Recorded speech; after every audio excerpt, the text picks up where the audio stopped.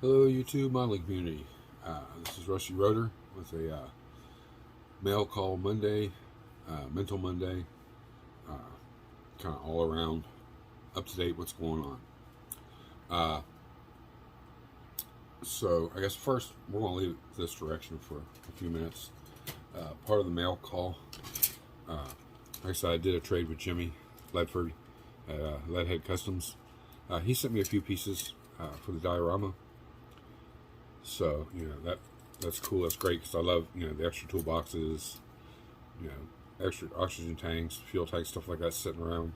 A few of these pieces I won't use. Like, I'll save the driver for another race car or something like that. But all the other pieces I'll be able to use. So, again, thank you, Jimmy, for that. And, the 57 police car and then the 340 Duster, you guys kind of saw. We'll go over that more when we actually start restoring it and finishing it out. A big special thanks goes to Mark at Hobby Nut Models, of course. But yeah, he sent me all these letters. There's four things of them, and each one of them's got a little thing kind of makes the letters stand out.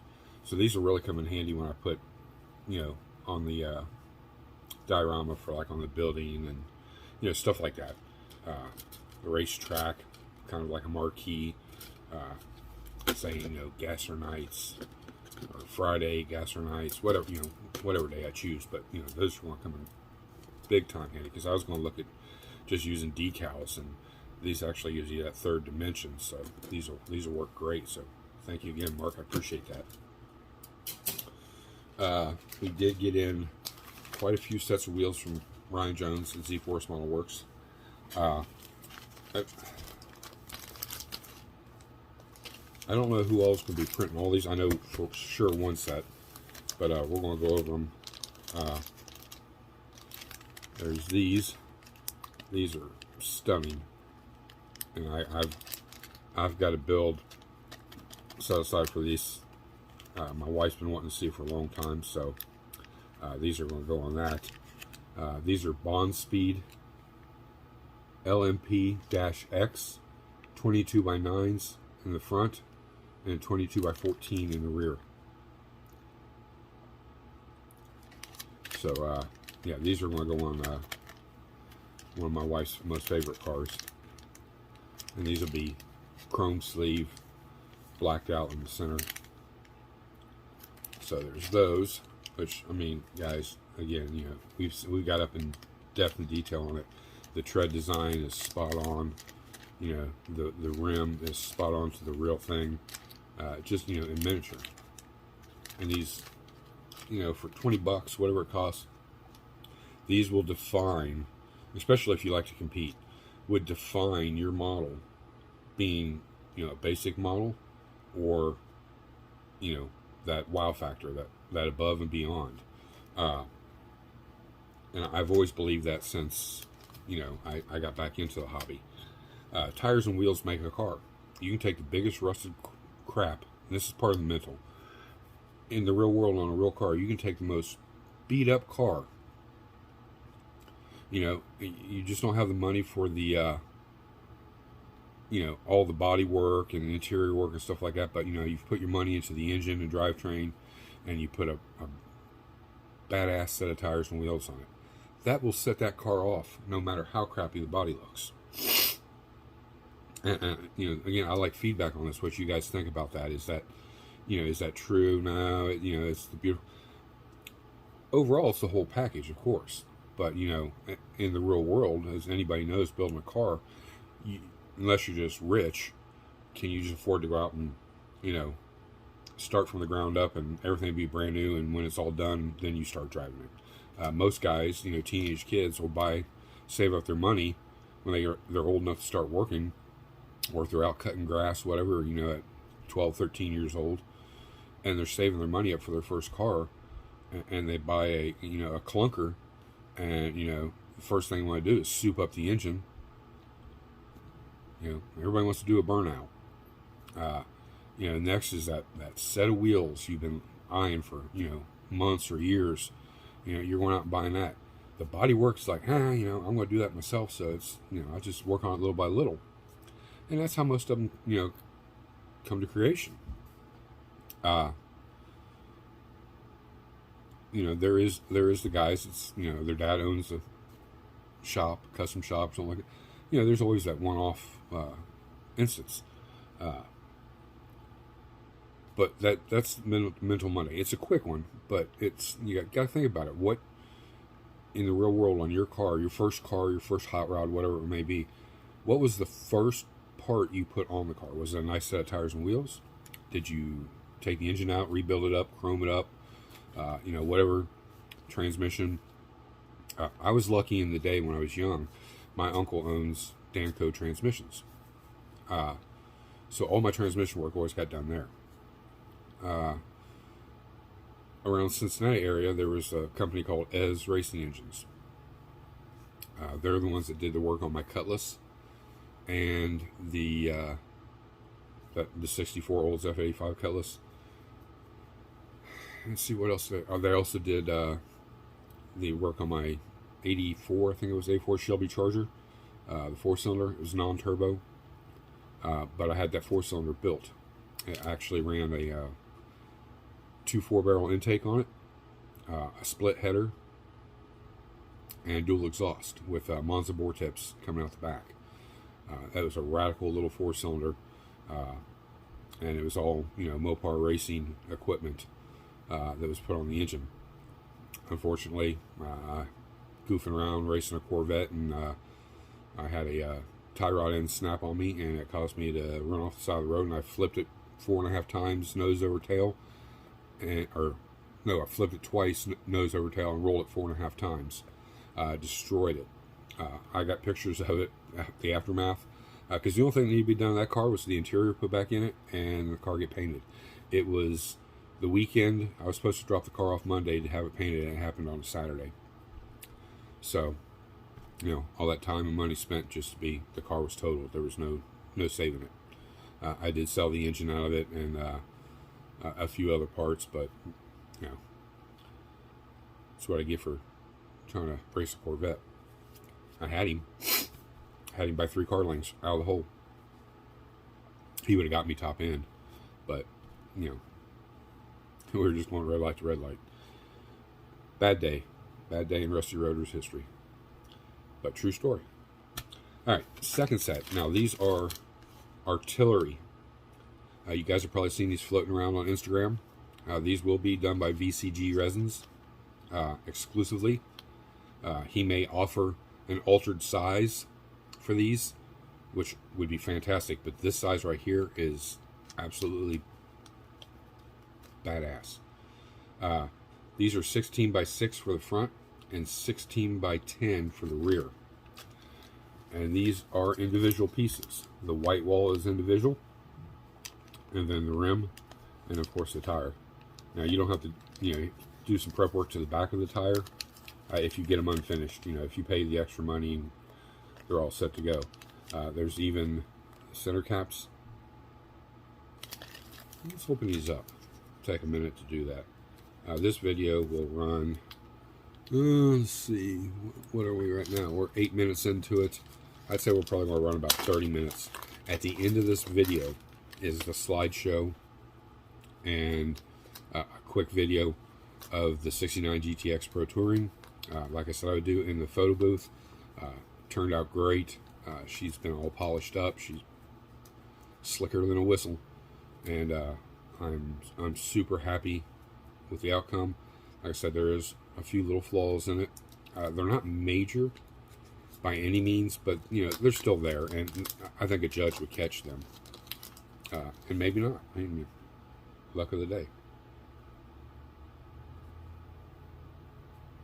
Let's see if we can get there and that'll focus.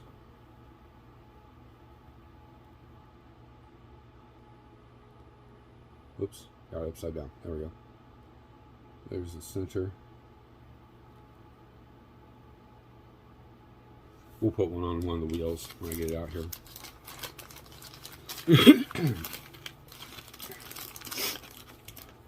I've been waiting and hoping for these. So there you go. This is the back tire.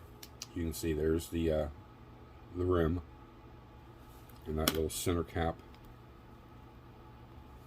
Goes in there just like that. You know, that way you can paint every little piece individual. I would recommend airbrushing to get the smoothest, slickest finish. The white wall, there's the white wall. So you can get that all painted, get it sealed. Do while you're waiting for all that to dry, get the back of your tire, if you get them unfinished, get it all sanded down, prepped and ready. Light little dabs of super glue, don't go excessive or overboard so it squeezes out everywhere. And then you just press that in there. Oh. Okay, it's gonna fight me.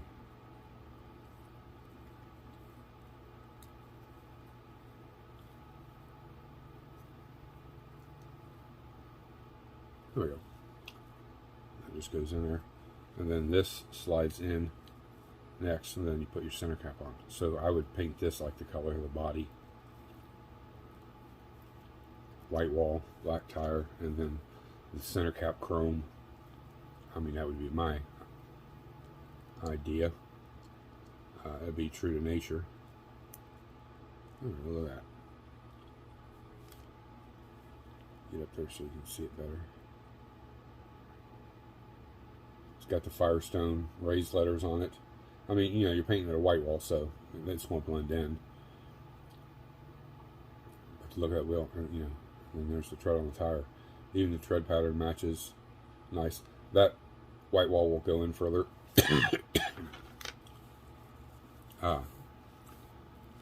You gotta remember, it's actual, you know, part of the tire too. You can see the back bumps out. Right here on the side bumps out. That's what that white wall does. It bumps out too. So it should stick out a little bit. It's not going to be completely flush with the face of the tire. Because remember, it's in real life, this would be part of the tire. It, you know, wouldn't be a separate piece. But Ryan made them separate pieces. I mean, guys, these, look how narrow those are. Those would be great on any old rat rod. You know, even fat fender cars. Just a beautiful wheel. I'm real excited for this. I don't really know of anything offhand that I got for them, but you know, it's main thing is to show you guys, get you excited about it. I'm sure we'll find something to put them on. They're just, you know, beautiful. You know, you get 4 little caps, you get, you know, 4 tires and wheels. When you get them from him, I think all of his tires and wheels come with a set of brakes. These may not. In real life, it would be drums, anyways. And there's plenty of people that make drums, you know, accurate to scale. Brake drums. But you know, if you're doing a certain build and you got an idea and you know. Kit wheels just never do it for me. There's some that are nice. Like there's a kit that's got a real nice set of that El Camino. It's got a real nice set of Kragers. There's other ones that's got center lines, but you know they dip them in all that chrome and it gets got. They're okay. They're just not, you know, that little piece of the pie, and that's what I like to see. So we've got those two. The next are the BS Legacy 2. These are 20 by 9s and 22 by 14. And there's, I think they're knockoffs. Yes, knockoffs and center cap combined for the center of these. You can see how wide those are. Massive. 14-inch wide tires. 22s for the back, 20s for the front. These would work really good on a truck. If you're in my boat, you know, pro touring, those pro touring cars run 22s and 24s, you know, to get that look. And these are the BS Legacy 2 18 by 8s and 20 by 12. So you see them a little bit smaller. So these would be more apt for a car. These would be more apt for a truck. Especially you guys that like to slam trucks. And the old school cars, you know, the 40s and, you know, the big fat fender cars, you like to slam them. Those would look really good. And then just a regular hot rod look. The 20s in the rear and 18 by 8s. So yeah, these, you know, he didn't say on here who's going to be printing these. These are probably exclusive to him, I would say, since it didn't say. These are VCG resins only, so you'd have to contact him on Instagram. I'll put his link down below, along with Ryan's. And you know, these BS grinders, those are, I love that look of a wheel. So that's what we got from Ryan. You know, he's constantly sending new stuff to us, so there'll be some new stuff coming down the pipe works. But you know, my thanks go out to Ryan Jones at Z-Force. I spent the whole weekend on Colts going through and finding files. A lot of it was free, which was great. And I did buy a few files. This is all stuff for the diorama. And we're going to take a look at it real quick. And you'll get a glimpse of the 69 here also. Wife's Choice is on the bench. And you'll be able to see there's not a whole lot to do to finish it up, which is good. That way we can get through it quick. Hopefully by the end of the week, she'll be done. Then we'll be finishing up the 58 Impala. Wednesday, there's going to be a change to that. Wednesdays was past builds. This Wednesday is going to be open box review and start of the build on the 70 GSX Buick Resto Mod. Wednesdays, I probably won't be making any more videos. I've just got so much going on. So, you know, I said it in the beginning that I may add a day, I may take away a day. For now, Wednesdays, there'll be no more videos. Unless it's just something I need to alleviate one of the other two videos from being too long. I may throw that together on a Wednesday. And then when things calm back down, then I'll go back to the 3 videos a week. But for now, it'll be 2 videos. So just, you know, a heads up, guys. I know a lot of you, you know, look forward to the videos. It's just, I got this print. I'll show you. I printed how many? 1, 2, 3, 4, 5, 6, 7. I printed 7 figures. It was an 8-hour print. That's any indication on how much time. You know, and it didn't even fill the build plate. So that was an 8-hour print. I got one in there now for the future diorama, the Gasser's Night. That's a 9-hour print. So that's going to take up the whole day today. I really won't even fool with that until tomorrow morning when I come back down here. So let's get down here and look at this so we can keep this video on track. Here we go. So now you can see the 69 GTX Pro Touring. See the shine on her. She's 100% done. I don't have to do nothing else to her. There's one of the figures I painted. It's just a young man in t-shirt and jeans. That white crap you see there is just the residue. It washes off. I got to clean out my wash station. That's what happens after, you know, enough resin builds up in it. It starts leaving a residue. But it does wash off. It doesn't hamper anything. A little Dawn dish soap, some hot water, a little soft toothbrush, takes it right off. I've not cleaned them up as far as, you know, any sanding anywhere, but you can see the detail on these. These guys were, I think these were free.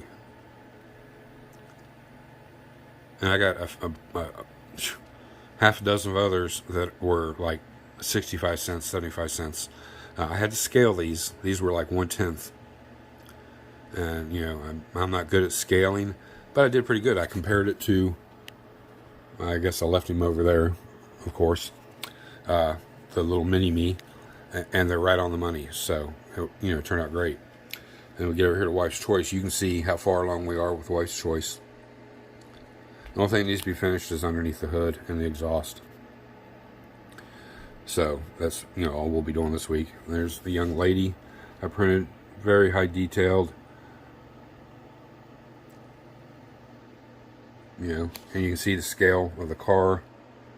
They're perfect. She is a little smaller than him. I scaled her just a hair smaller. You know, not everybody's the same height and size, so. But these are the kind of figures I'll be using in the gas station, you know, garage diorama too. Like I said, it's a bustling city street, you know, in the late 50s. You know, and you know, a park across the street, so there'll be kids on swing sets and slides, families sitting in the park, people at the gas station, the owners out talking, the mechanics are working, the junkyard, which is another business right next to it. It'll have its own little building where, you know, you go up and pay for your parts. I gotta find one of a forklift now. You know, the forklift loads the cars up onto a semi-trailer, which we've already seen, you know, to haul it off to get the scrap value out of it. And then a few junkers, you know, it's not going to be the full junkyard because of the size of the diorama, but it'll be just a little section of the main thing. And then I've got a couple females sitting down. You know, I'm sure probably she would have a cell phone in her hand, but back in the 50s, no cell phone, so we'll figure something else to put in her hand. You know, I think these are Japanese figures, but you know, once they're painted, it's not going to matter. You're not going to be able to tell. But she needs to be cleaned, sanded. You know, I just put that bench seat there to give you an example. You know, scale, they're just right. Not too big. I mean, I could even set her inside the Nova, and you know, she would be just about. I could probably size her down a size or two more and get a better fit in there, but she would fit just the way she is right now. For as low as everything sits in there, or even the GTX. So you know, all the vehicles are going to have figures in them.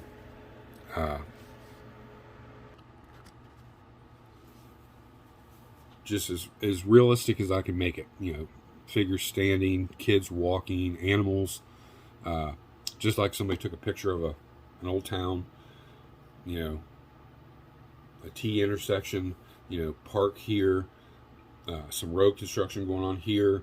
The gas station, the garage sitting behind it, and then the junkyard to the right. So if you can envision that, I'm going to do a sketch, and I'll show you the sketch to give you a little bit better visual idea of, you know, how everything's going to sit approximately. I've got, to give you an idea, I got transformers like to sit on the ground for the buildings. That's their main power source.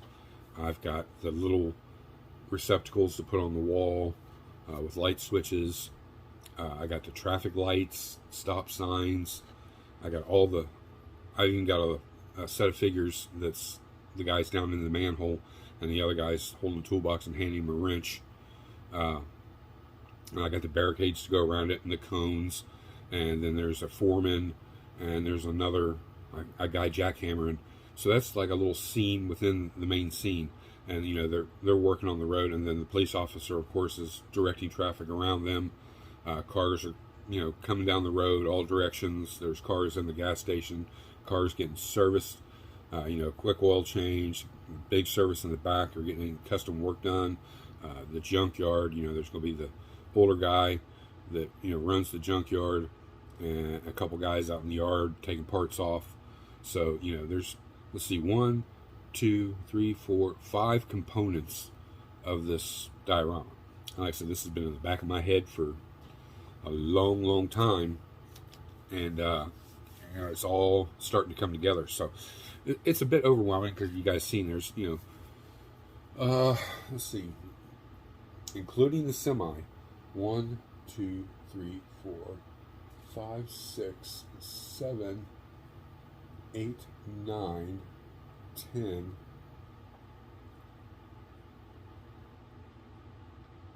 There's like 10 to 12 vehicles, and then the commercial vehicles, which would be a tow truck, the fuel truck.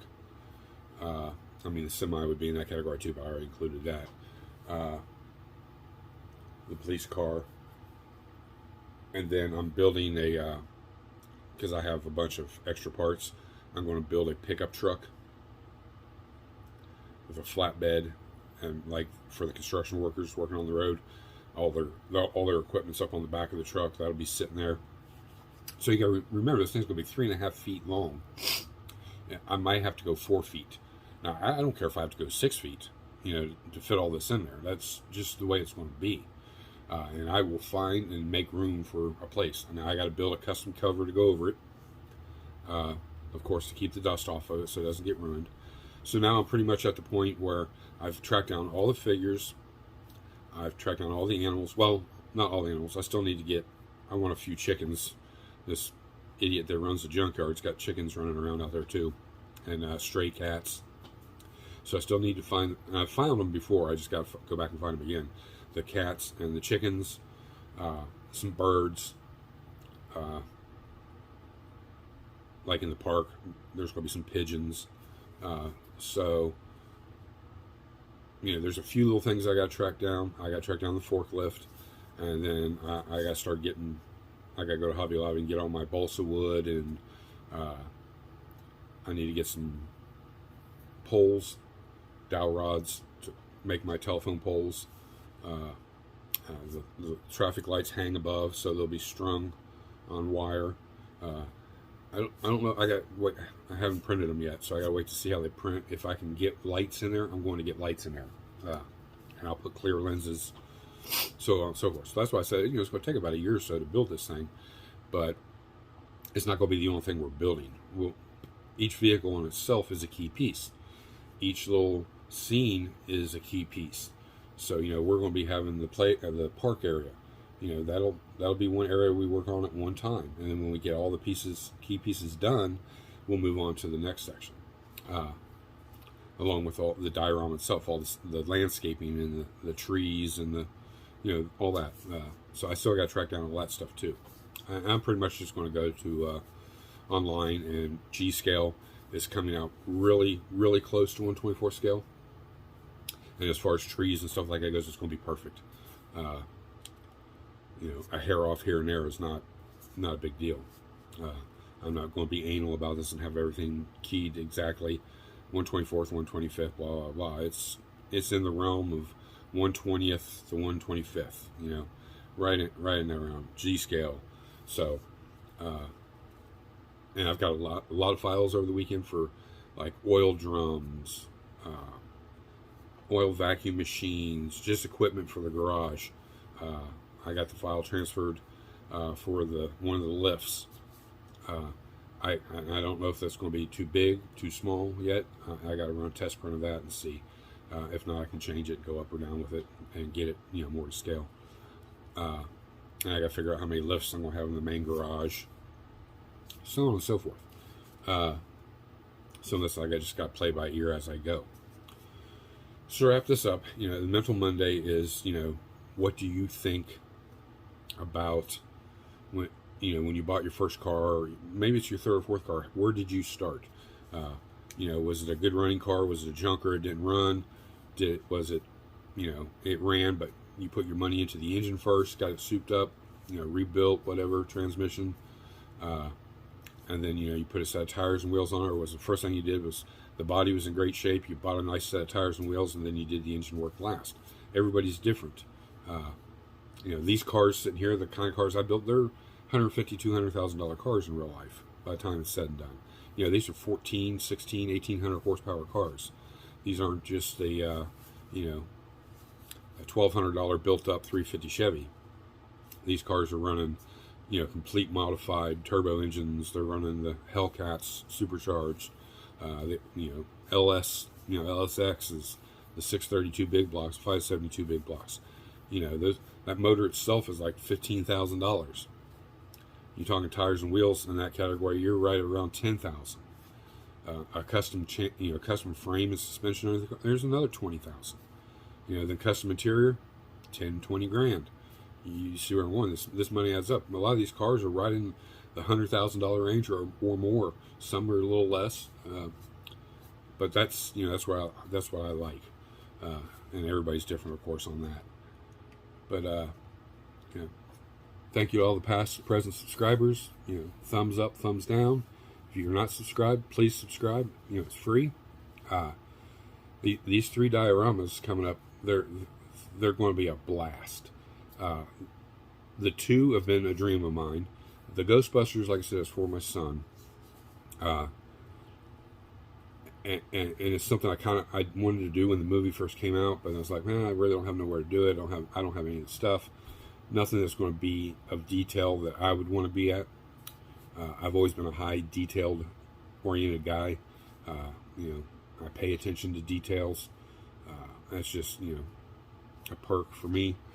So, we're looking for that. And then we got other builds all in between. We still got the 53 Chevy Bel Air. We've got the Ring Brothers Charger, the 60/66 Charger. Somebody posted a video on Instagram. I got pictures of the roof. So now I can duplicate that to the best I can anyways. So I'm excited about that. And then we got the Gray Stang. We do have the 1950 Chevy pickup 3100, which is more paint job than anything, and tires and wheels. And then we have the Rat Rod, eventually getting to the Rat Rod. And then in between that, there's a slew of others. So even though we're going to be working on the diorama, I'll still be doing open box reviews. I'll still be doing builds for that. I'll still be working on something that piques my interest. The diorama is something I want to take my time on. Some things will go fast, some things will take months. And it's the money, being able to get and buy files and things. Because just to give you an idea, I'm at like $600 in files just for the figures and the equipment that I need for the diorama. I've not purchased any of that. Oh, well, a few things, but so that money has to come from somewhere. Be able to buy those files. I am going to contact the gentleman. He said for multiple purchases, he'll work a discount. So I need to email him and let him know, give him a list of the figures, and see if he gives me a better bulk price on the files. Because a lot of them I have to duplicate when I print because I'm using them for the Gastronites. Some will be used in Ghostbusters. People just stand out in the street. Because there's some of the figures that are like holding up their hands like this, like that. So they're going to work perfect for the Ghostbusters diorama. And then a lot of them are just, mechanics, women sitting, children sitting, that put in the vehicles in the park. The main garage has got a bathroom, so I've gotten all the stuff for the bathroom. The guys out in the shop, there's a stove, there's a washer dryer so they can wash the shop towels. There's in the waiting room, there will be chairs and tables, so there'll be people sitting there waiting while their car's getting worked on. An old TV, they'll sit in the corner. A desk and somebody behind the desk. Little sexy women here and there for the young guys driving their cars down the street. There's a lot going into this, and it's a lot of planning. And this notebook, to give you an example, just pages and pages of stuff that and most of it's files, other than the balsa wood and building materials and landscaping materials. I've even got stacks of logs, like where the junkyard's cleared out trees to make room to put more cars. It's like a train layout, but for model cars, the way this diorama is going to be. So I'm getting really excited, more day in and day out.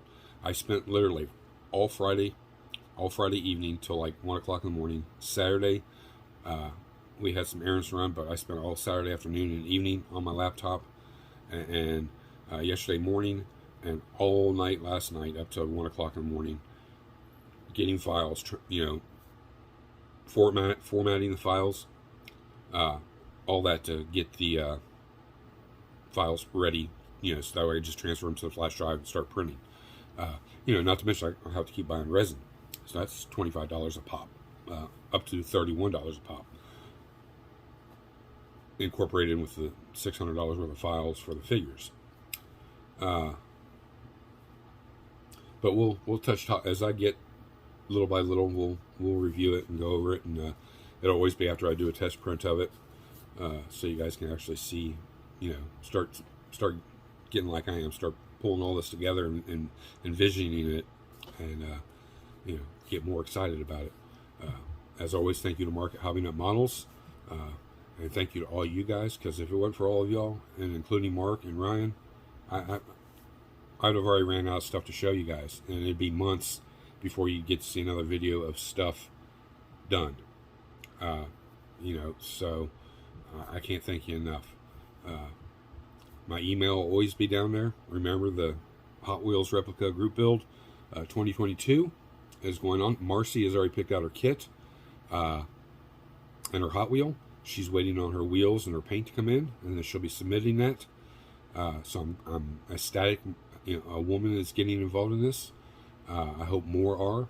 I know there's other group builds going on, but there's always 2 or 3 going on at one time. So don't let that hamper you to get on it. Pick something simple. That way it doesn't take a lot of your time, and you can focus more on the other group builds that are going on, if that's what you need to do. But start getting those emails into me. Let me know what Hot Wheel you picked, the colors of your paints, the model kit, and then remember the 27th of September, your first video, if you're a YouTuber, to be posted. If you format your videos on some other platform, make sure you put a link to me in that so I can go watch that video, or submit pictures via email to me. That way I can keep track of everybody that's involved in this. I don't expect a great bunch of people. I hope so, but I don't expect that. So we're a few minutes over, guys. I thank you. We'll see you this Wednesday with the open box review and the start of that build. I'll update you on anything on Wipes Twice at that time too. Remember, again, it'll just be Mondays and Fridays for a while, and I'll keep you posted on that. I think that's about it. You guys be safe. Enjoy your week. Don't work too hard, and we'll see you on Wednesday. This is Rusty Rotor. I'm out.